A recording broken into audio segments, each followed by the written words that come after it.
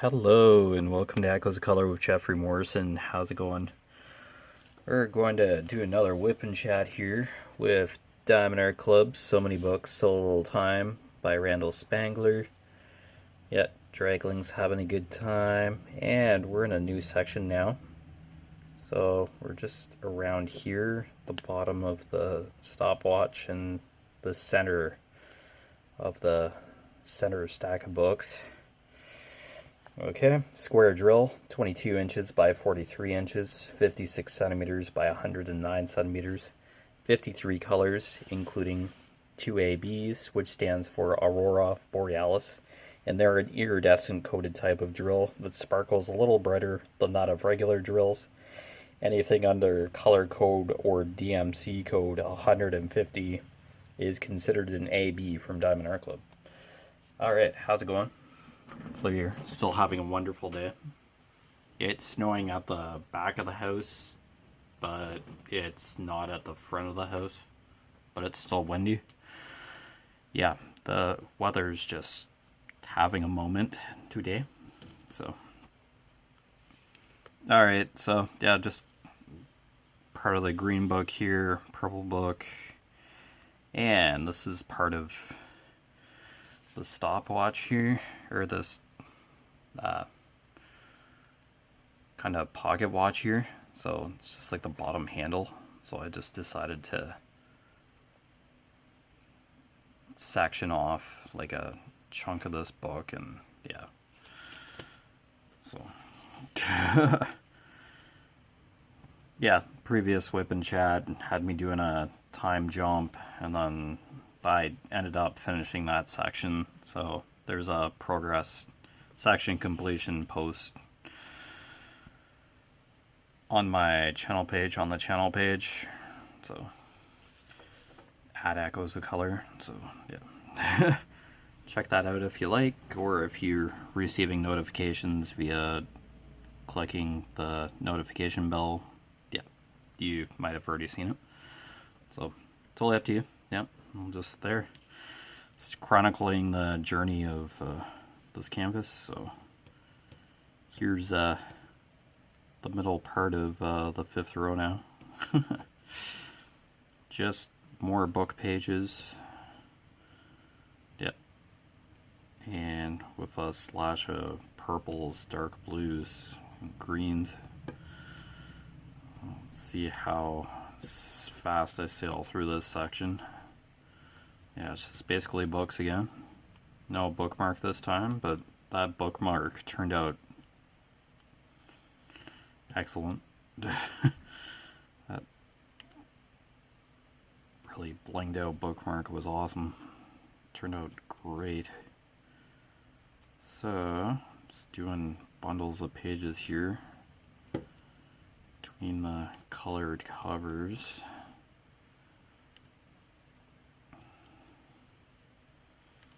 And then the last third on the right hand side to the right of this section will be part of the cat's tail. Yeah, the vast majority of the cat's tail. Yeah, minus the very tip of Mr. Tuxedo's tail. And more books, basically. Yeah. So yeah, hopefully your crafting and other hobbies are going well. Yeah, I'll just continue to hang out. It's probably like my third whip and chat today. Yeah, there are days where I'll do like 3 videos or so in a day, just to burst content out, because I'm working for the next 4 days. So, yeah, just love hanging out. An opportunity to diamond paint for a bit.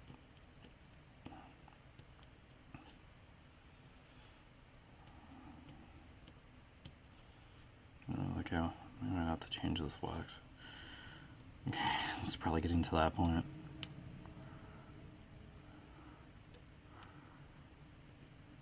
Yeah, so YouTube Music has like comments that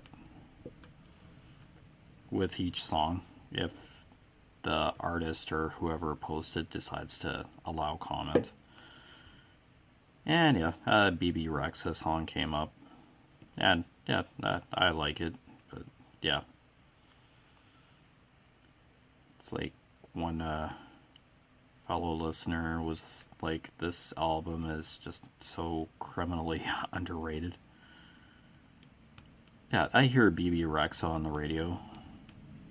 Probably not that song, but specifically, but yeah, gee, I think David Guetta and BB Rexa collabed together, and that song gets a lot of play. So yeah, there's some artists who just, you know about them, but they just don't get played as much as Taylor Swift or Ed Sheeran or something like that. Yeah, I think I've touched on this issue before. Yeah, just some musicians just do not get airtime on the radio. It's just drowned out by more popular artists, more mainstream. So yeah, it's a bummer, but the beauty of exploring YouTube music is when you hit shuffle, you can discover some pretty incredible artists that just don't get put on the radar as much. Or you don't hear like a popular artist certain song off their album, if ever. You're like, I've never heard this song before. I'm glad I'm listening to the rest of the album instead of their hit single. So, yeah. It's kind of sad that some artists like produce a whole album and work on it, and then just a couple songs just like really hit it off with people, and yeah. It's a bummer. I usually end up liking whole albums or whole CDs. I'll just say albums. So you get a better idea of the artist's sound and scope. Just like, oh, I love this artist, and then just going by like one song that's like just played like nothing on the radio constantly, like you hear it every day or every 2 hours, and you're just like, I really don't like this song anymore. It's just so overplayed. But that's just what happens with mainstream artists. They have a hit song and it just lingers and it gets played again and again on repeat.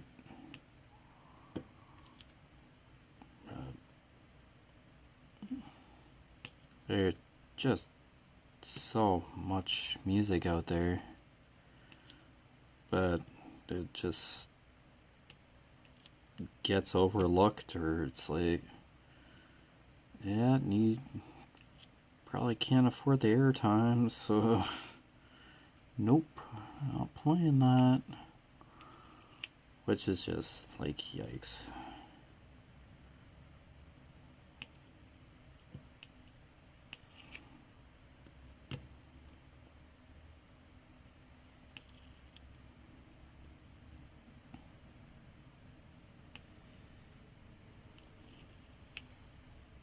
Oh well, so I'll just continue hitting shuffle on YouTube Music, and if there's an artist I really like and there's like a whole album available to listen to, I'll be exploring the whole album, or CD if I do pick up a CD and listen to the whole thing. Yeah, 'cause there's a lot more to an artist than just a couple songs that are popular for a while and then just, yeah, go into obscurity after a couple of years. Nah, there's tons more music out there.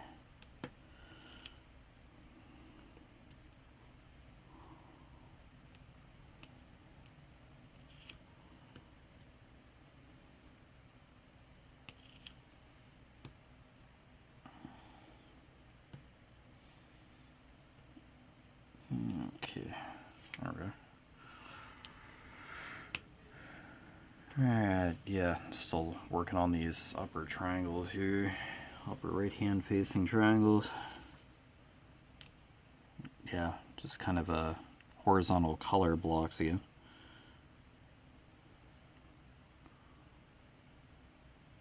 And just around this like stopwatch piece here, or pocket watch, sorry.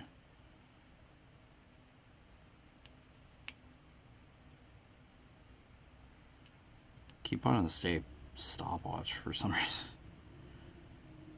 Pocket watch or timepiece. Alright, so there we go. Alright, I'll just kind of make my way up this chunk of pages then. I'll just keep going. This section will probably fill, yeah, a lot of this is pages. Yeah, filled in down here already. So it's 310 in here. Yep, it's a couple ABs, number 2. So a couple of white. I don't see number 1 in here because there's no green in here. Oh, there's green, but not the AB green. So, yeah. Alright, so let's make the climb here.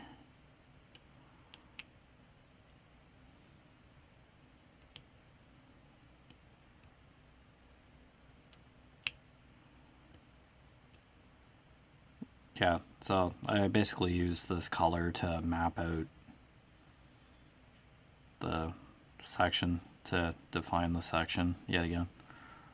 So here we are. I feel like I just did this color in the previous section not too long ago.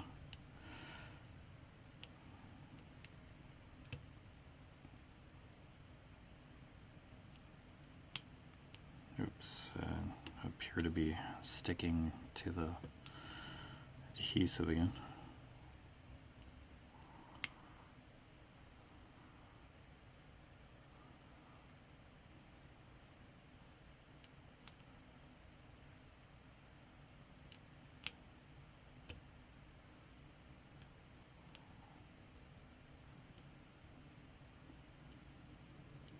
There we go.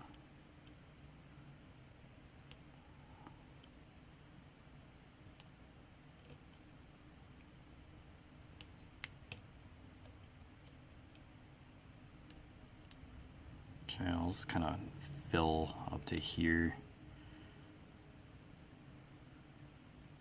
Yeah, there's multiple pathways here, it seems.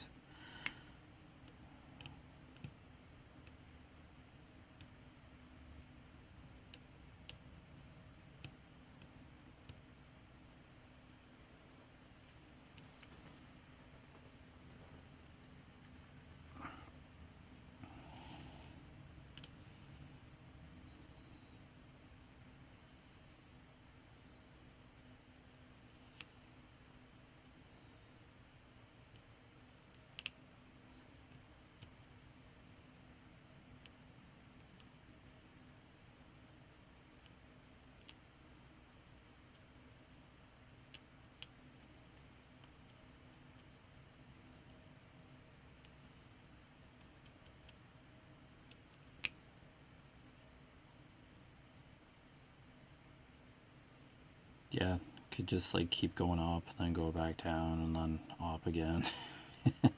This is quite a... Its symbol is occurring quite a bit in this section.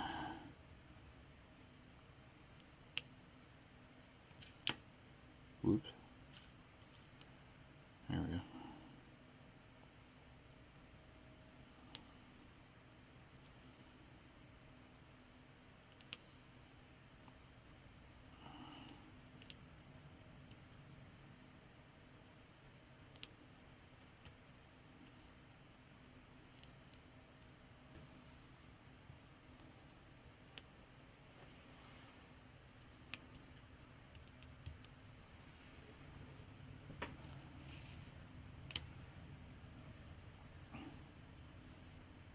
Here, I'll just kind of lean on the previous section.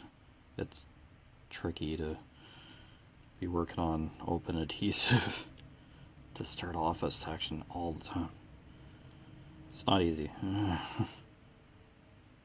It's when you want to lean your hand down on the canvas, but it's like not a good idea. So I have to get more drills on this section first before I can like relax my hand a little bit more on the canvas. It won't be for a few colors yet. Let's see how it goes.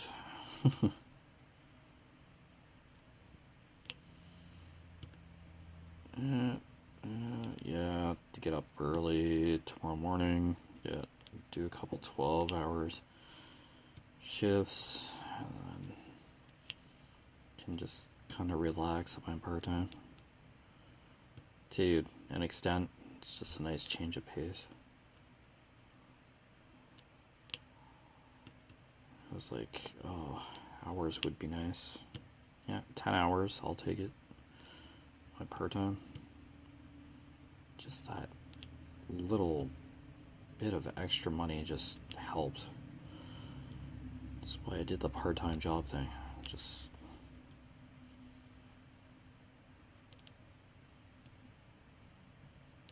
yeah, I'm going to need like new work boots and stuff eventually for my full-time.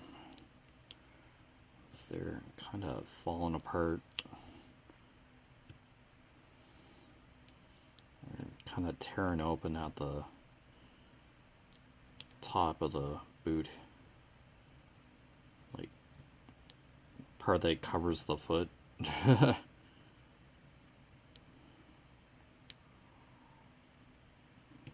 top of the foot.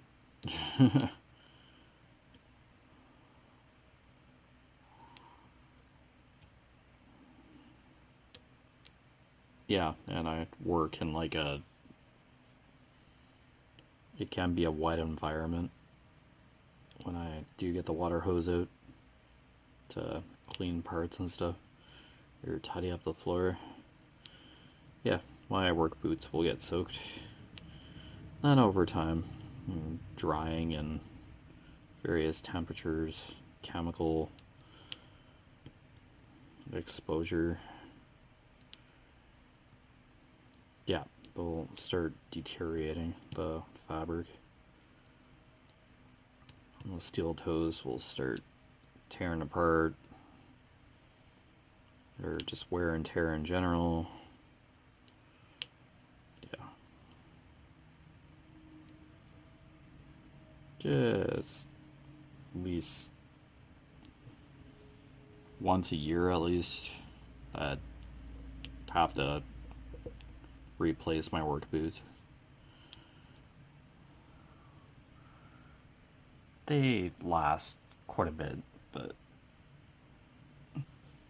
yeah, wear and tear does take a toll on work boots. Now, if I were just in a drier environment, they'd probably last a lot longer. But yeah.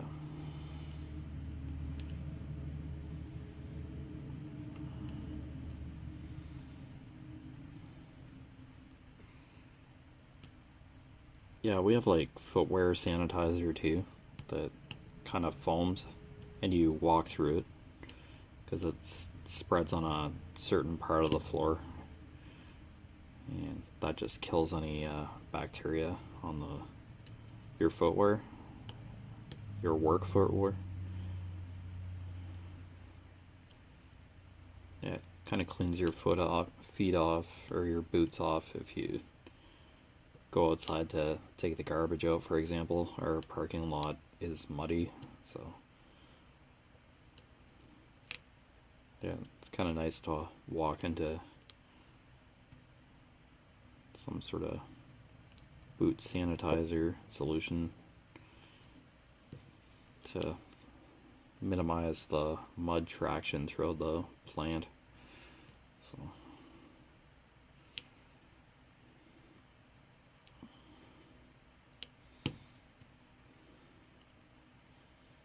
yeah, the factory floor gets dirty enough as it is in like the shipping area. So yeah. And the floor goes like black. Like it gets really dirty because of the forklift that we have. And then whatever's on the skids that we put the product on, there can be mud or whatever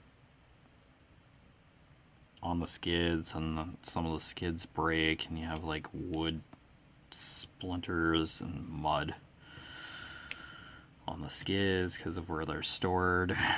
Depends where we get them. Yeah, it's just, stuff can get messy. And we use cardboard boxes, so that cardboard scrap we have to throw in the cardboard bins. Sitting outside by the plant, so truck comes by and takes all the cardboard to get recycled or processed into new cardboard. Yeah. So yeah. That still involves walking in the mud if it's a wet day, or we have a winter thaw like we're in the middle of now. Driveway is no better. Yeah, it gets muddy too at home here. So yeah, my work boots don't get caked in mud because they just stay at the plant. But yeah, so I got a new pair of work boots. The other ones I'll just chuck in the garbage bin at work. Yeah, this is a big metal bin. Just chuck them. Yeah, it's not good for your feet to be wearing damaged footwear too. And then plus the harsh chemicals. It can seep into the footwear, and then your feet just start burning.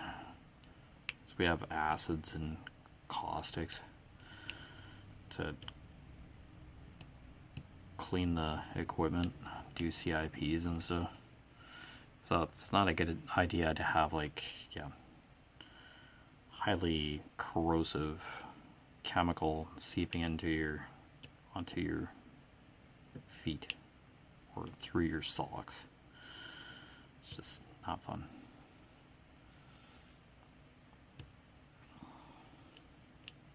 Yeah, it's a trip hazard if your boots, your soles of your boots are starting to separate. Yeah, you could wipe out on the plant.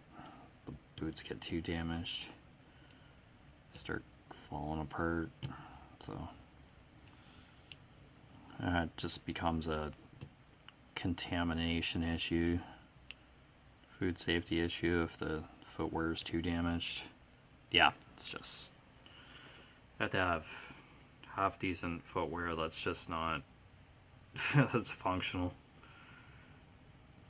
and not duct taped together. Yeah.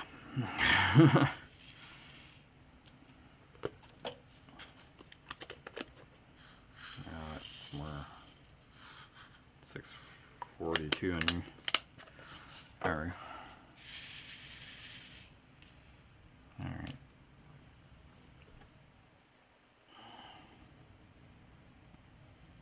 yeah, working in a factory for more than 2 decades before this 3-year block at my new full-time job. Yeah, that safety stuff just sticks.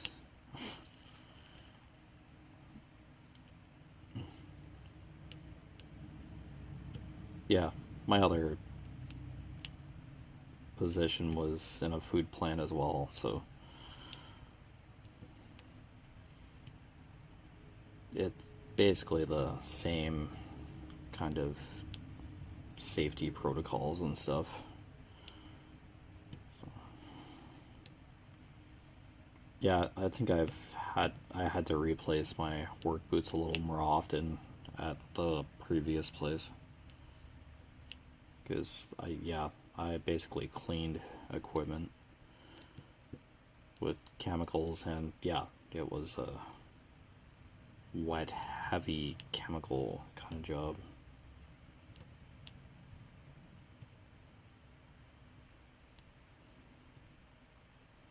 Yeah, it's more manual chemical transfer and all that.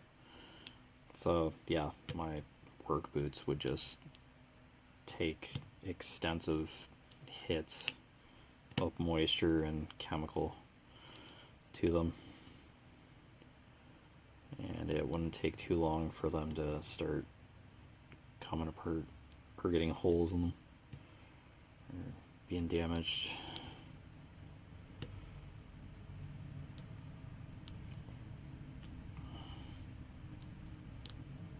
Yeah, now you very seldomly have to carry chemicals around. They're dispensed. Yeah, it's a couple of chemicals they have to transfer with pails, but they, yeah, there's like face shields and like a whole chemical gloves and apron. Yeah, you're pretty much covered and it's safety conscious. Like, you have to put the safety equipment on, even if you're just dispensing a bucket of a floor cleaner or something. If you're in that chemical cage, you're armed. You're covered in like body armor to prevent any burns or injury. Just so much easier to spend that extra minute or so just getting the safety stuff on, because I have had way couple close calls and chemical contact with caustics and stuff on my skin, and yeah, you know, the second that chemical hits your skin, splashing, just a drop can be not a good friend to your skin. Yeah, and I have scars, so and yeah, it hurts. Like, I'll go through multiple layers of skin. It's like, and that's with wearing safety equipment. That seems caustics just will find a patch of skin and just dig into your exposed skin and start burning right on contact.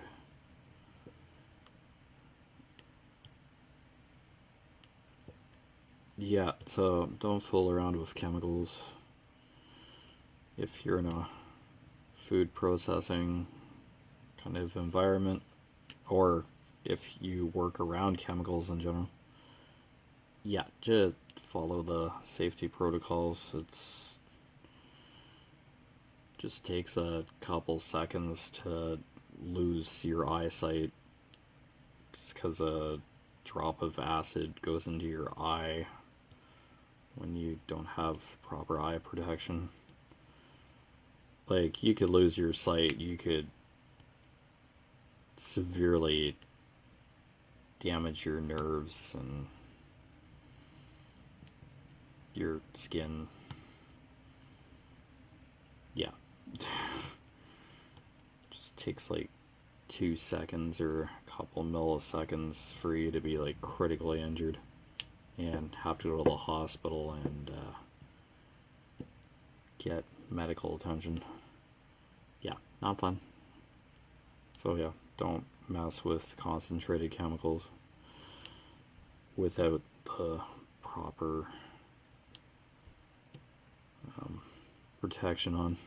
Even with household cleaners, don't take any chances, don't mix chemicals. Yeah. It could be Mr. Safety, but yeah, it's not fun recovering from a chemical burn when you can't use your dominant hand because you don't want to get moisture on a covered injury, or when your range of motion is compromised because you have a burn on a part of your body, or you can't work for a bit because it would aggravate your injury further. Yeah, it's not worth it. So yeah, chemicals are not a toy. It's a nice little safety thing there. Yeah, and careful with, yeah, chemicals at home too. If you are around them, just protect yourself. Yeah. Do get safety gear. Take your time. Follow the instructions, the safety precautions on the containers. Well, make sure your containers are all labeled. Yeah. Just chemical safety out of nowhere. Just, well, diamond painting. But anyway, you've been watching Echoes of Color with Jeffery Morrison. Down below is Conquer and Pacer information for those websites. I'm not affiliated or partnered, but yeah. I didn't even realize what time it was, so. Any updates regarding Echoes of Color here will be here on YouTube. And yeah, the section completion update is posted for this, as I said before. So you'll get updates like that as we go through this canvas together. Excuse me, hiccups or something. But anyway, take care, all the best, and I'll see you again soon. Bye.